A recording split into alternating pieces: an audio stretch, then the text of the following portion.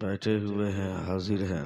अल्लाह रब्बुल इज़्ज़त हम तमामों की हाज़िरी को कबूल फरमाए। बहुत अच्छे लोग, बड़ी अच्छी समाअत है आप सबों की। बहुत अच्छा सुन रहे हैं आप, बहुत अच्छा पढ़ा हमारे भाइयों ने।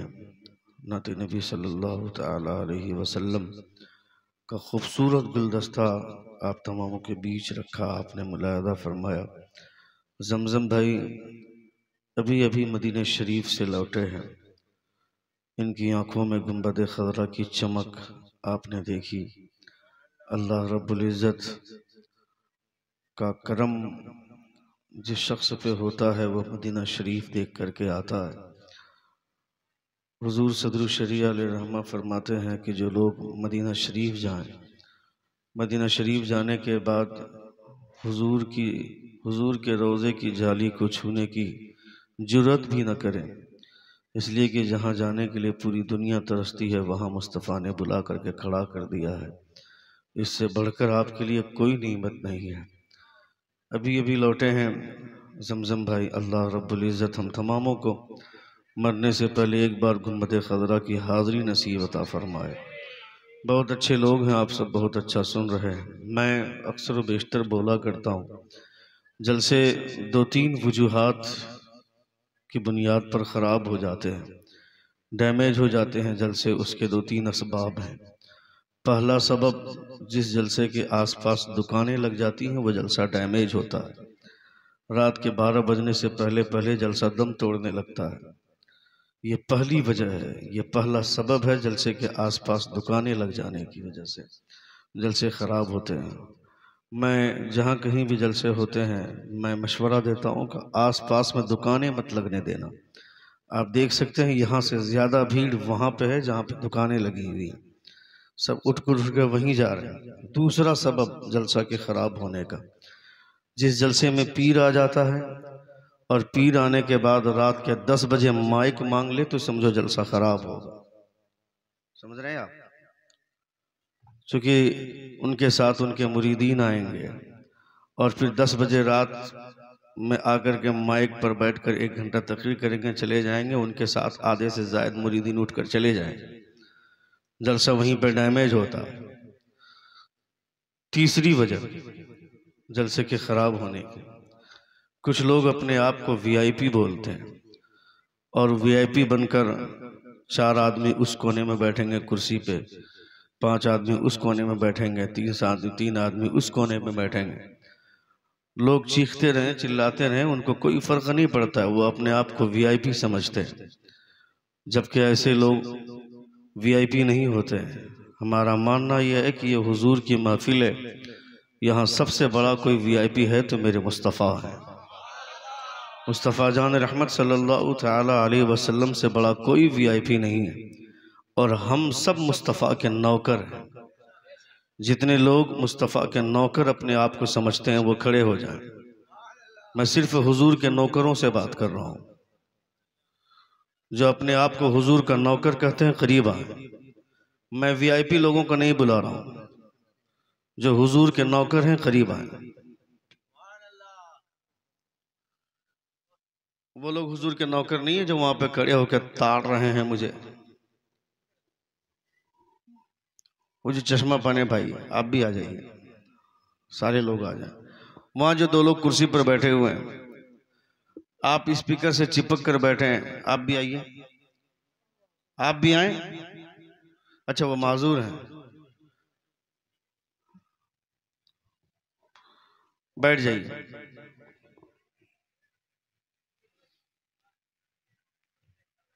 ए बेटा, एक कुर्सी पर क्यों बैठा है? ए लड़का, इधर आओ, अंदर आओ।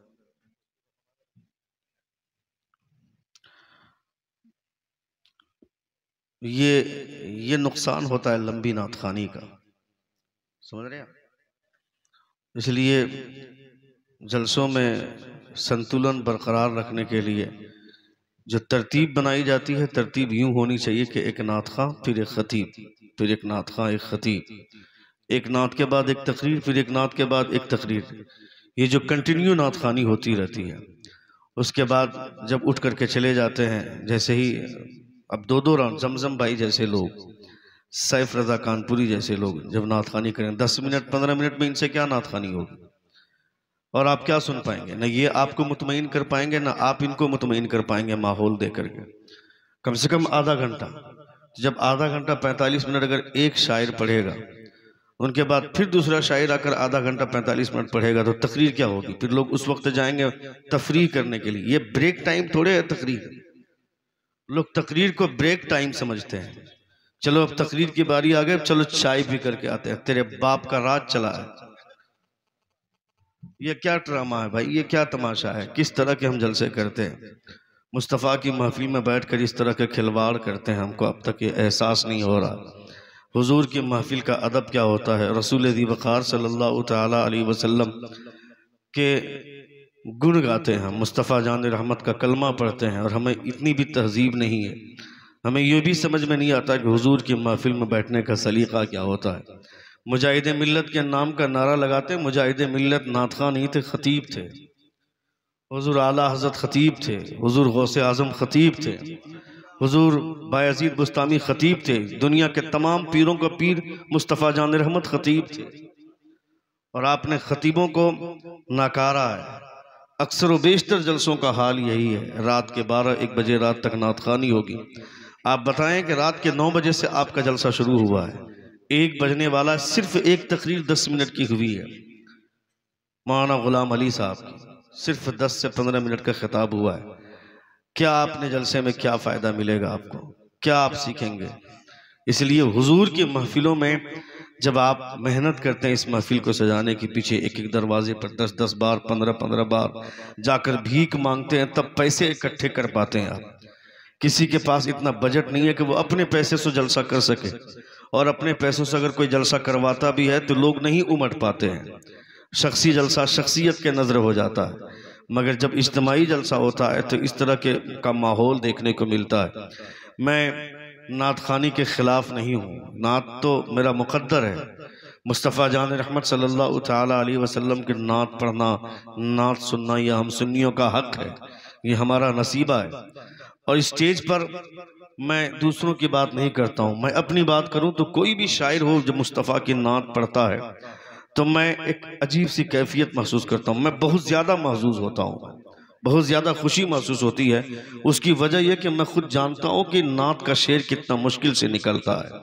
सिराज ताबानी भाई, अल्लाह रब्बुल इज़्ज़त ने इनको वो फ़न दिया है, अल्लाह रब्बुल इज़्ज़त ने शायरी का वो मलका दिया। इतने अच्छे आलिम, इतनी अच्छी ज़बान रखते हैं, ज़बान इतना साफ़, इतनी साफ़ और इतनी सुथरी ज़बान के मालिक हैं।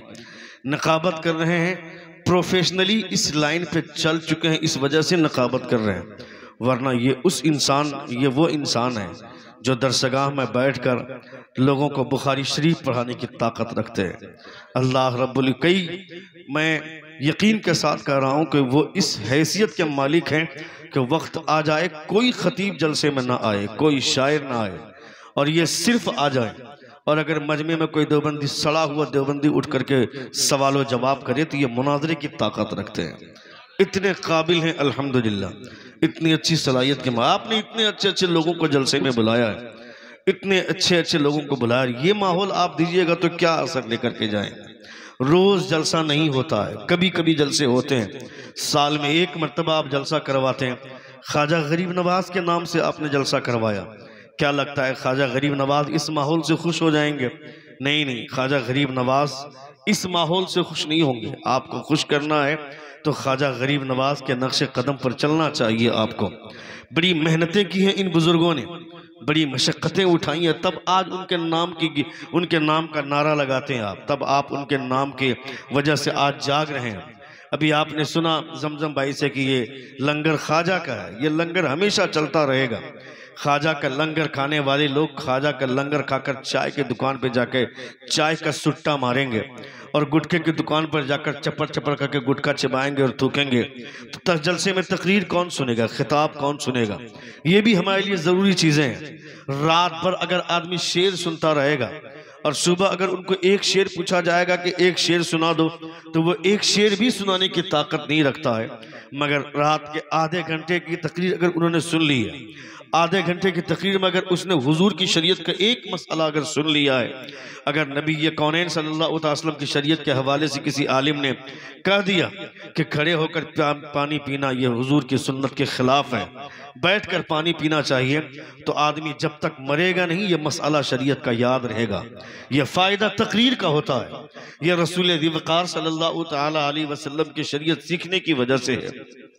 हुजूर की शरीयत सीखेंगे तो आपको एहसास होगा। पंडित हरिचंद ने कहा था कि एक अरब ने आदमी का बोलबाला कर दिया, खाक के जर्रों को हम दोषे सुरैया कर दिया, खुद न थे जो राह पर औरों के हादी बन गए, क्या नजर थी जिसने मुर्दों को मसीहा कर दिया।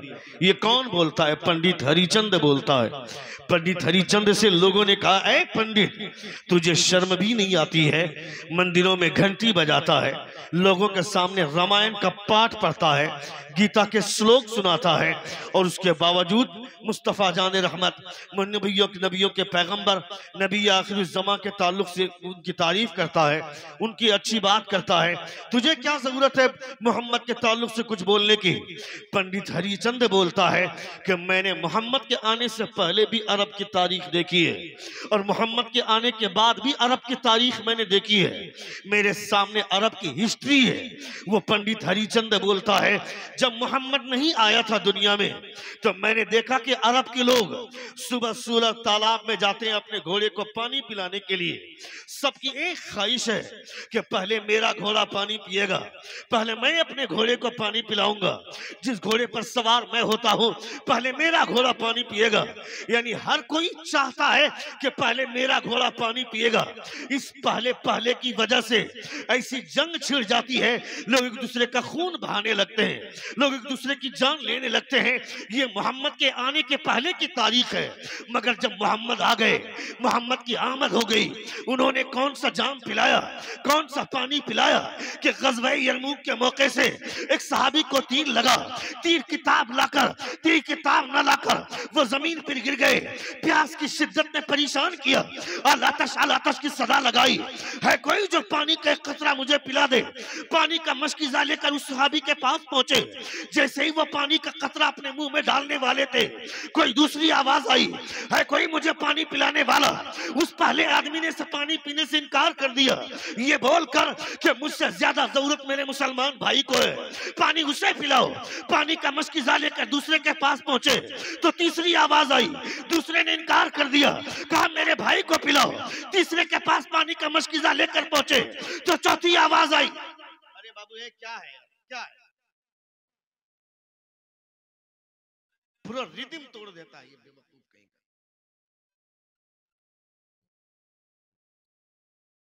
एक बार जोर से कहें या रसूल अल्लाह।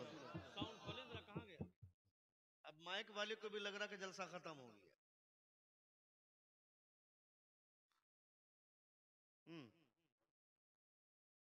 बोलूं थोड़ी देर, बोलूं? कितने लोग सुनना चाहते हैं? जरा हाथ उठाकर कहें या रसूल अल्लाह। और एक बार कहें या हबीब अल्लाह। नबी कौनैन सल्लल्लाहु तआला अलैहि वसल्लम की तारीख जब कोई दूसरा आदमी बोलता है जिसने हुजूर का कलमा नहीं पढ़ा, आज हम हुजूर का कलमा पढ़ते हैं, हम हुजूर की तारीफ करें, लोग कहेंगे जिस नबी का कलमा पढ़ता उस नबी की तारीफ तुम नहीं करोगे तो कौन करेगा? मगर जिसने हुजूर का कलमा नहीं पढ़ा, नबी कौनैन सल्लल्लाहु तआला अलैहि वसल्लम की तारीख पढ़ी, हिस्ट्री पढ़ी, और हिस्ट्री पढ़ने के बाद जब हुजूर के ताल्लुक से जबान खोलता है तो जबान उसकी किस तरह साफ सुथरी निकलती है मुस्तफ़ा की वजह से। नबी कौनैन का कैरेक्टर इतना साफ और सुथरा है, नबी कौनैन सल्लल्लाहु अलैहि वसल्लम का किरदार इतना अच्छा है। नबी के बारे में बोलता है कि मोहम्मद के आने से पहले लोग अपने घोड़े को पानी पिलाने के लिए एक दूसरे की जान लेते हैं, मगर मोहम्मद के आने के बाद तीसरे एक आदमी के पास पानी का मशकीज़ा लेकर पहुंचते तो चौथी आवाज आती है, तीसरे आदमी ने यह कहकर पानी पीने से इनकार कर दिया कि मैं अच्छा था, तंदुरुस्त था और मैं मैदान जंग में आया, मगर मेरा भाई जो बगल में बैठ के सोकर आवाज लगा रहा है वो बीमार होने के बावजूद हुजूर की मोहब्बत में आया है, इसलिए मुझसे ज्यादा जरूरत मेरे मुसलमान भाई को है, उसे पानी पिलाओ। चौथे आदमी के पास पानी का मशकीज़ा लेकर पहुंचे तो पांचवी आवाज आई, चौथे ने इनकार कर दिया, कहा मैं जवान था और हुजूर के नाम पर आया, मगर वो बूढ़ा होने के बावजूद मौजूद नबी के नाम पर आया है, इसलिए पानी उसे पिलाया जाए। पांचवे के पास पहुंचे तो छठी आवाज आई, छठे के पास पहुंचे पानी का मशकीजा लेकर तो छठा शहीद हो चुका था। लौट कर आए पांचवे के पास तो पांचवे की भी रूह निकल गई। लौट कर आए चौथे के पास तो ये भी लिखाया जल को लब्बैक कह गए। लौट कर तीसरे के पास आए तो ये भी शहीद हो गए। लौट कर दूसरे के पास आए तो इनकी भी रूह कफस उनसरी से परवास कर गई। लौट कर पाले के पास आए तो ये भी शहीद हो गए। पंडित हरिचंद बोलता है अपने घोड़े को पानी पिलाने के लिए लोग एक दूसरे की जान लेते थे, मगर मोहम्मद ने कौन सा पानी पिलाया था कि मुसलमान अपना प्यासा मरना तो गवारा कर सकता है, मगर कोई दूसरा प्यासा रह जाए ये गवारा नहीं कर सकते। नारे तकबीर, नारे रिसालत, मसलके आला हजरत, किरदारे मुस्तफा जिंदाबाद।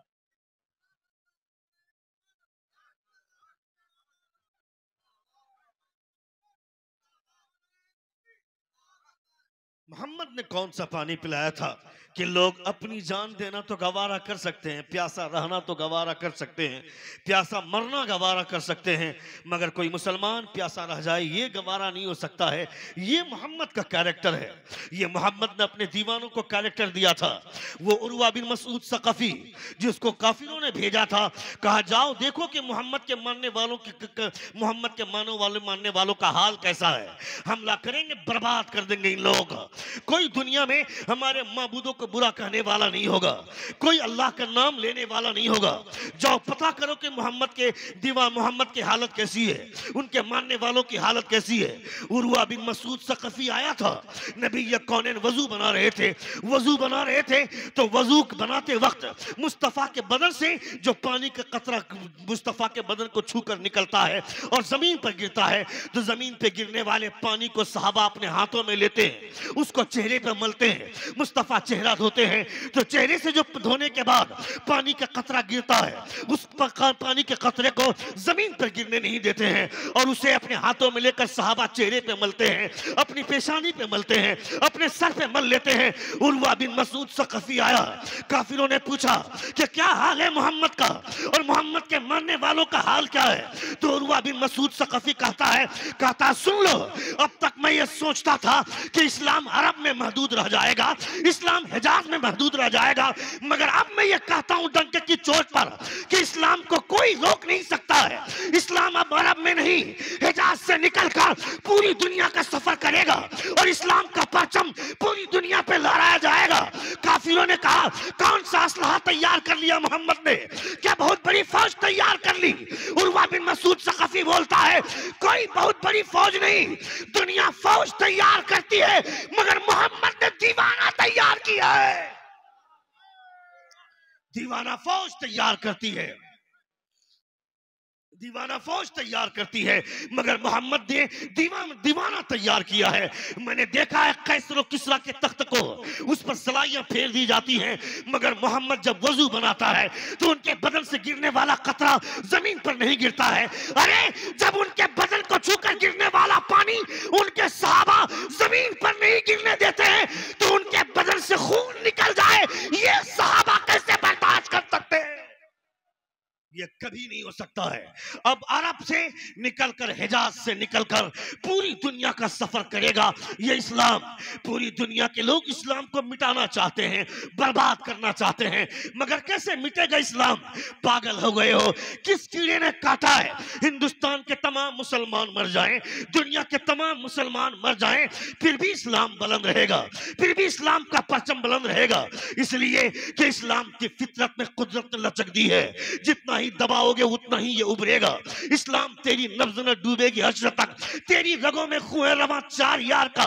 हमको मार भी दोगे, हिंदुस्तान से तमाम मुसलमान मर जाएंगे, फिर भी इस्लाम का परचम जैसे कल बुलंद था आज भी बुलंद है और सुबह क़यामत तक इस्लाम का परचम बुलंद रहेगा। सुबह क़यामत तक इस्लाम का परचम बुलंद रहेगा। हमने सोचा नहीं है दुनिया तुम्हारे पीछे पड़ी हुई है, तुम्हें दुश्मन बनाकर लोग तुम्हें मार देना चाहते हैं। अब तो तुम्हारे उलमा पर अटैक हो रहा है। तुमने देखा नहीं, साहब सलमान अजहरी को लोगों ने कैद कर दिया है और पासा एक्ट लगाकर उनको कैद खाने में डाल दिया है, उनको सलाखों के पीछे डाल दिया गया है।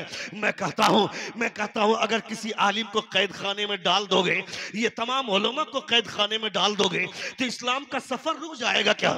इस्लाम के परचम का सफर रुक जाएगा क्या? मुस्तफा के दीन की तबलीग रुक जाएगी क्या? इस्लाम की शरीयत का प्रचार रुक जाएगा क्या? ऐसा कभी नहीं होगा। मौलाना चाहे कैद के अंदर रहे या जेल के बाहर रहे, नबी के दीन का काम कल भी हुआ था, आज भी हो रहा है और ये होता रहेगा।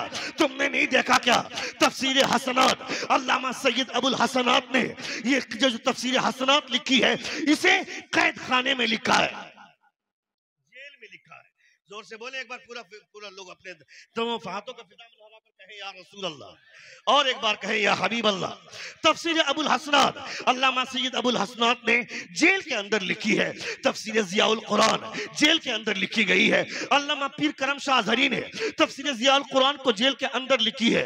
हुजूर कायद अहले सुन्नत अल्लामा अरशदुल कादी ने ज़ेरो ज़बर जेल के अंदर लिखी है। तुम्हें तारीख नहीं मालूम, हजरत अल्लामा शमसुद्दीन सरखसी रहमतुल्लाह ताला अलैह, उन्होंने बादशाह के खिलाफ फतवा दिया, उन्होंने बादशाह के खिलाफ फतवा दिया। उस बादशाह ने हजरत अल्लामा शमसुद्दीन सरखसी रहमतुल्लाह ताला अलैह को जिंदा पुराने कुएं में डाल दिया, उस पर स्लैब डाल दिया ताकि वहीं पे वो मर जाएं। वो कुएं के अंदर रहे, उनका शागिर्द ऊपर बैठकर मसला पूछता रहा, वो कुएं के अंदर से मसले का जवाब देते रहे। ये मसले के सवाल और जवाब जो उस्ताद और शागिर्द के दरमियान में हुआ, जब उसको किताब की सूरत में लाई गई तो अल मबसूत नाम की किताब 24 जिल्दों में मंजर आम पर आ गई। यानी उलमा चाहे जेल के अंदर रहे या जेल के बाहर रहे, इस्लाम जैसे कल सर चढ़कर बोल रहा था, आज भी बोल रहा है और क़यामत तक इस्लाम बोलता रहेगा।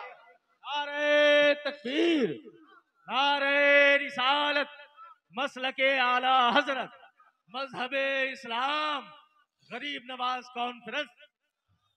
क़यामत तक इस्लाम का सफर कोई रोक नहीं सकता है। बहुत अच्छे लोग हैं, बहुत अच्छा आप सुन रहे हैं। अल्लाह रब्बुल इज्जत आपके सफर को कामयाब करे। ये जलसा और जुलूस सिर्फ और सिर्फ इंटरटेनमेंट का जरिया नहीं है। यहाँ से दीन की तबलीग होती है, यहाँ से मुस्तफ़ा के दीन का काम होता है, यहाँ से लोगों के दिलों का इलाज होता है। इसलिए जलसों में बैठे आदमी तो सिर्फ इंटरटेनमेंट के लिए नहीं, मजा लेने के लिए नहीं, कुछ सीखने के ख्याल से बैठे। और अगर सिर्फ ये सोचते हो कि यहाँ एक मर्तबा साल में बैठना है और जन्नत लेकर के चला जाना है, तो खबरदार खबरदार, यहाँ कोई जन्नत बांटने नहीं आया है। मैं किस मुंह से तुम्हें कह दूं कि तुम जन्नत में चले जाओगे? जन्नत में मैं खुद जाऊंगा कि नहीं कोई गारंटी नहीं है, तो मैं किस बुनियाद पर तुमको कह दूं कि तुम जन्नत में चले जाओगे? पीर साहब आ गए मोहल्ले में, पूरे मोहल्ले के लोग जाकर पीर का तलवा चाटने लगे, मगर 1 साल से मेरी माँ से मेरी बातचीत बंद है, मेरी माँ मुझसे नाराज है। मेरी माँ ने सुबह का नाश्ता किया कि नहीं, दोपहर का लंच हुआ कि नहीं, रात का डिनर किया कि नहीं, मैंने कभी खबर नहीं ली। अपनी बीवी को लेकर के शहर में अलग मकान पे, किराए के मकान पे रहता हूँ, उसे सुबह रसमलाई खिलाता हूँ, शाम में रसगुल्ले खिलाता हूँ, खजूर और छुआरे खिलाता हूँ, बादाम पिस्ता खिलाता हूँ, मगर माँ की कभी खबर नहीं ली। और पीर साहब आ गए मोहल्ले में, सारे मोहल्ले के लोग तलवा चाटने लगे। मैं कहता है जालिम, जिंदगी भर पीर का तलवा चाटता रहेगा, कोई जन्नत मिलने वाली नहीं है। इसलिए कि हुजूर फरमाते हैं जन्नत पीर के कदमों के नीचे नहीं, तुम्हारी माँ के कदमों के नीचे है। नारे तकबीर, नारे रिसालत, पैगामे मुस्तफा। किसने कहा कि आलिमों को इनाम नहीं देना चाहिए? किसने कहा? ये किसने कहा? तुम लोगों ने माहौल खराब किया है। तुम लोगों की वजह से बहुत सारे ऐसे नातखा हैं जिन्होंने मदरसे के का दरवाजा नहीं देखा और वो स्टेज पर आते हैं, इतना इतना पैसा लेकर के जाते हैं। समझ रहे हैं आप? ये हालत है आपकी। मदरसे का दरवाजा और तो और उनका बाप उनके बदले प्रोग्राम बुक करता है इतने छोटे से, जबकि उसको मदरसे में भी पढ़ाना चाहिए। पहले आलिम बन जाए, उसके बाद प्रोफेशनली वो स्टेज पर आए, चाहे वो खतीब की हैसियत से हो, चाहे शायर की हैसियत से हो, चाहे नकीब की हैसियत से। पहले वो आलिम बने, उसके बाद जब आप माहौल बनाएगा, आप जब आलिमों को पैसे दीजिएगा तो लोगों के दिमाग में ये बात आएगी कि पैसा तरन्नुम की बुनियाद पर नहीं आता है, इल्म की बुनियाद पर आता है। इसलिए पहले अपने बच्चों को आलिम बनाओ, आलिम बनने के बाद वो प्रोफेशनल जिस मैदान पर आए उसको आने दो। नबी के दीन का काम होगा, नबी के दीन की